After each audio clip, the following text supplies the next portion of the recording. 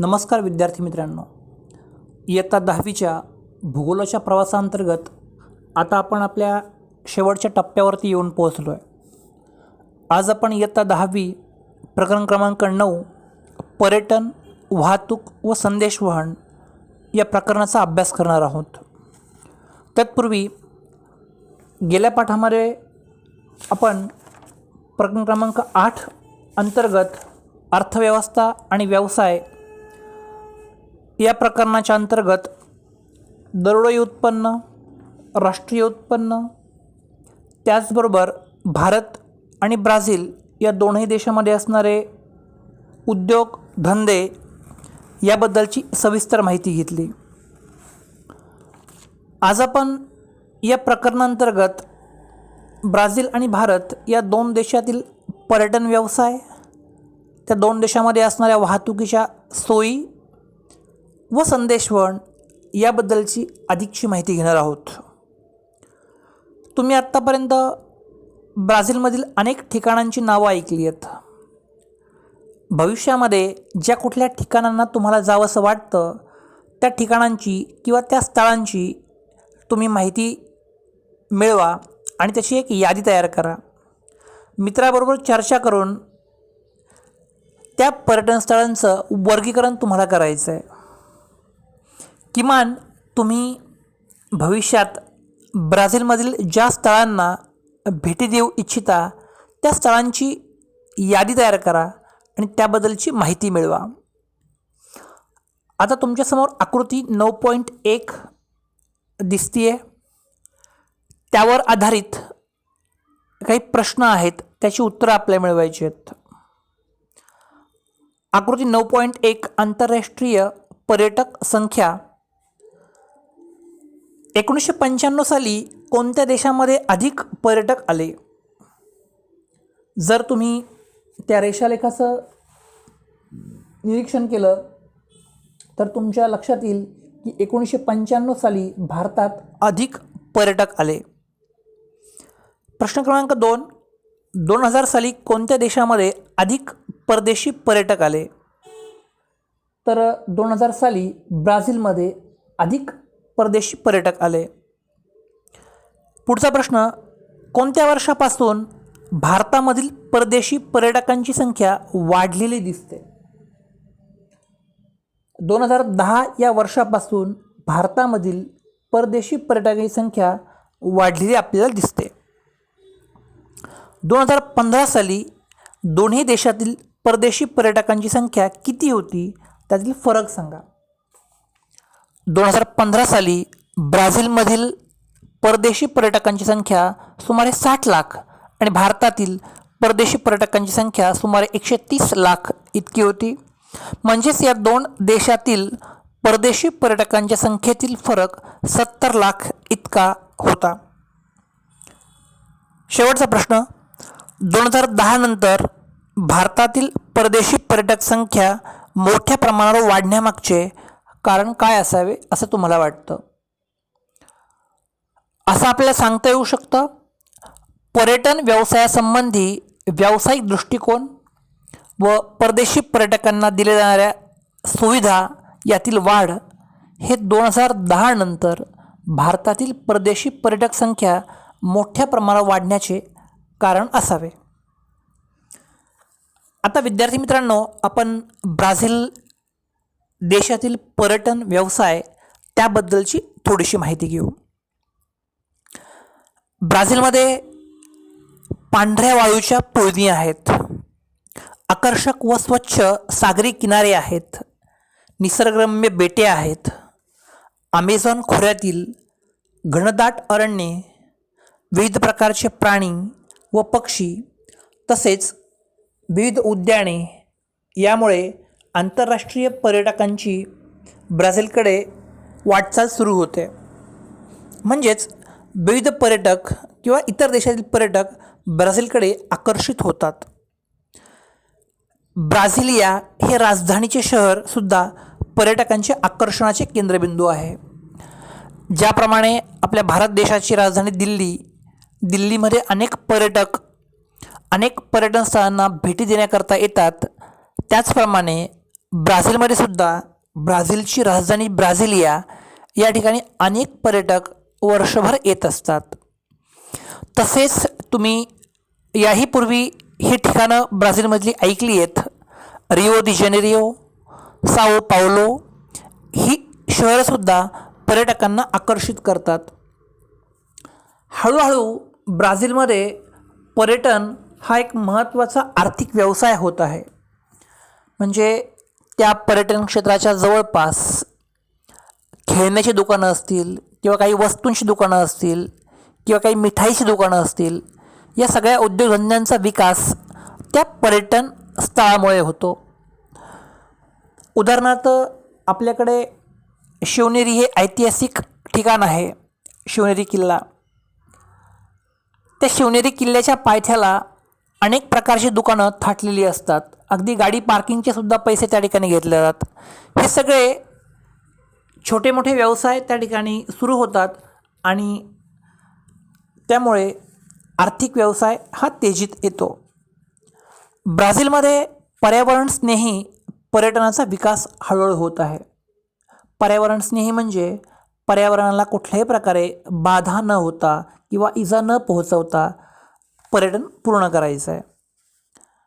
आता विद्यार्थी मित्रांनो, तुमच्यासमोर पुन्हा एकदा आकृती 9.2 जी आहे पर्यटन व अर्थव्यवस्था 2016 या ठिकाणी जोड स्तंभालेख दाखवला आहे. ब्राझीलचा एक स्तंभालेख आहे आणि भारत देशाचा एक जोड स्तंभालेख आहे. त्यावर आधारित आपल्याला काही प्रश्न विचारले आहेत. त्या प्रश्नांची उत्तरं आपल्याला द्यायची आहेत. निळी जी रंगछटा आहे ती पर्यटन व्यवसायात गुंतलेली लोकसंख्या दाखवते आणि जी काही लाल किंवा ब्राऊन रंगाची रंगछटा आहे ती एकूण राष्ट्रीय उत्पादनात पर्यटन व्यवसायाचे योगदान दर्शवते. पहिला प्रश्न आहे, वरील आलेखाचा प्रकार कोणता? तर आपण आलेखाचे प्रकार अभ्यासलेले आहेत. निश्चितच हा जोड स्तंभालेख आहे. या आलेखात कोणत्या बाबी दाखवलेल्या आहेत?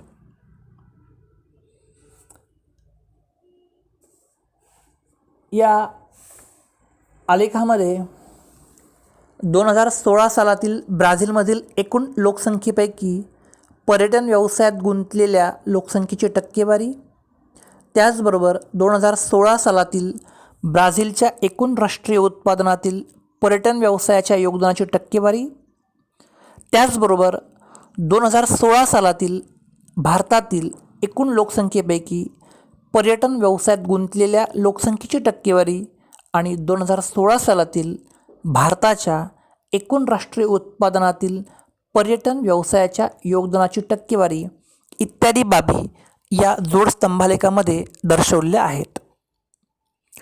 पुढचा प्रश्न, कोणत्या देशाच्या एकूण राष्ट्रीय उत्पादनात पर्यटन व्यवसायाचे योगदान जास्त आहे?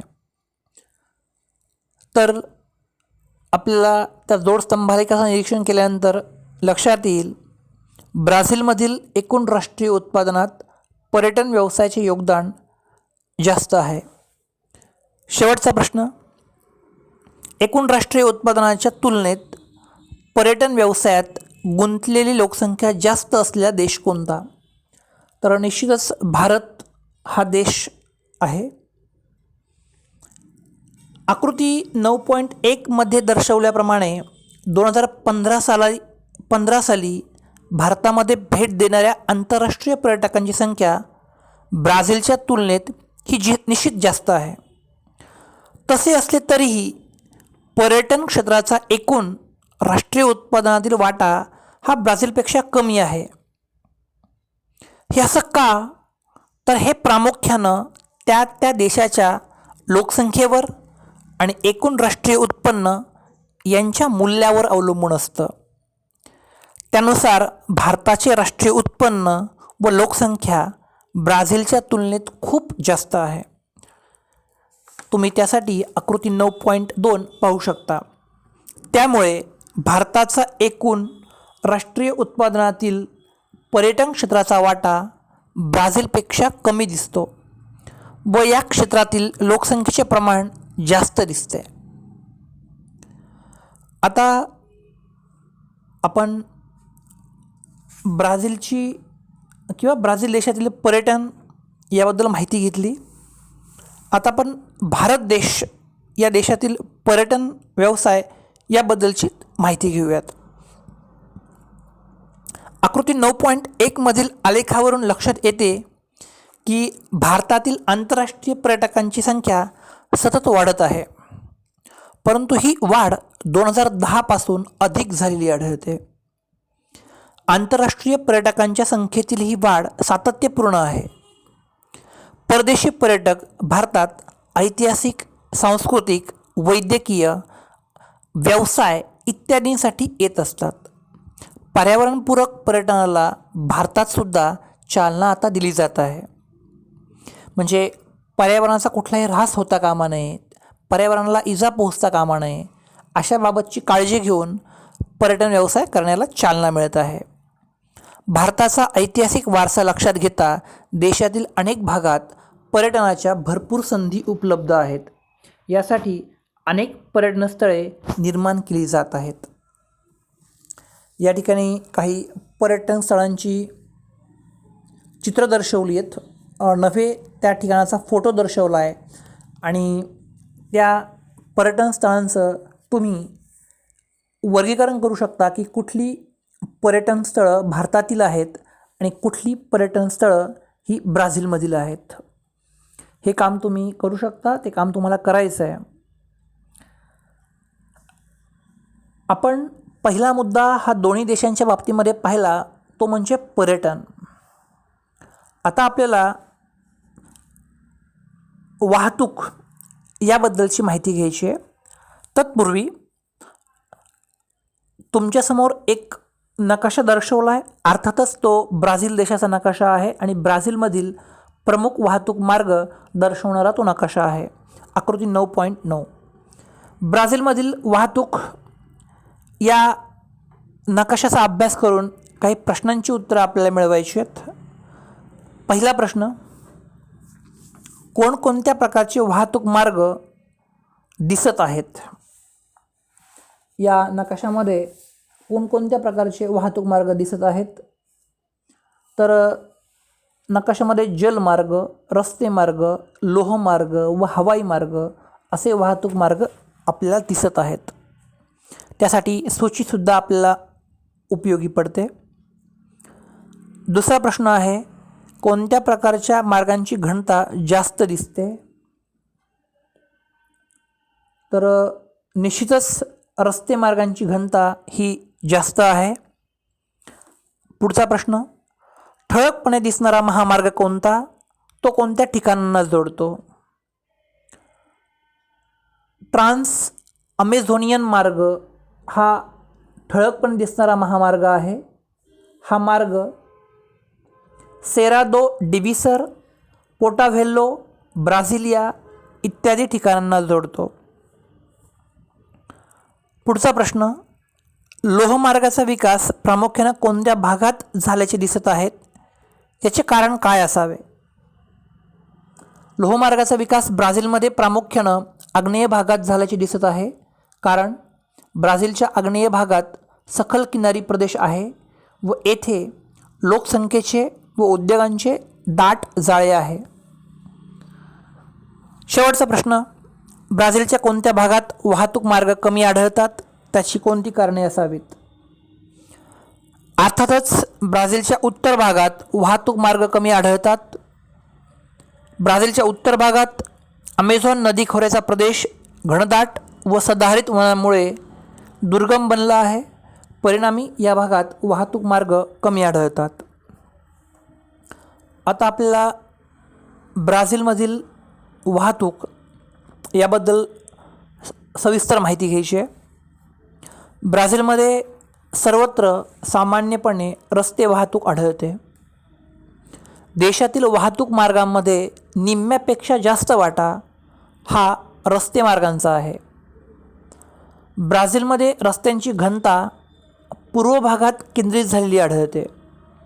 पश्चिमेकडील अमेझॉन नदी खोऱ्यातील वनाच्छादित प्रदेश व दलदलयुक्त जमीन यामुळे रस्ते मार्गाचा विकास मर्यादित झाला आहे.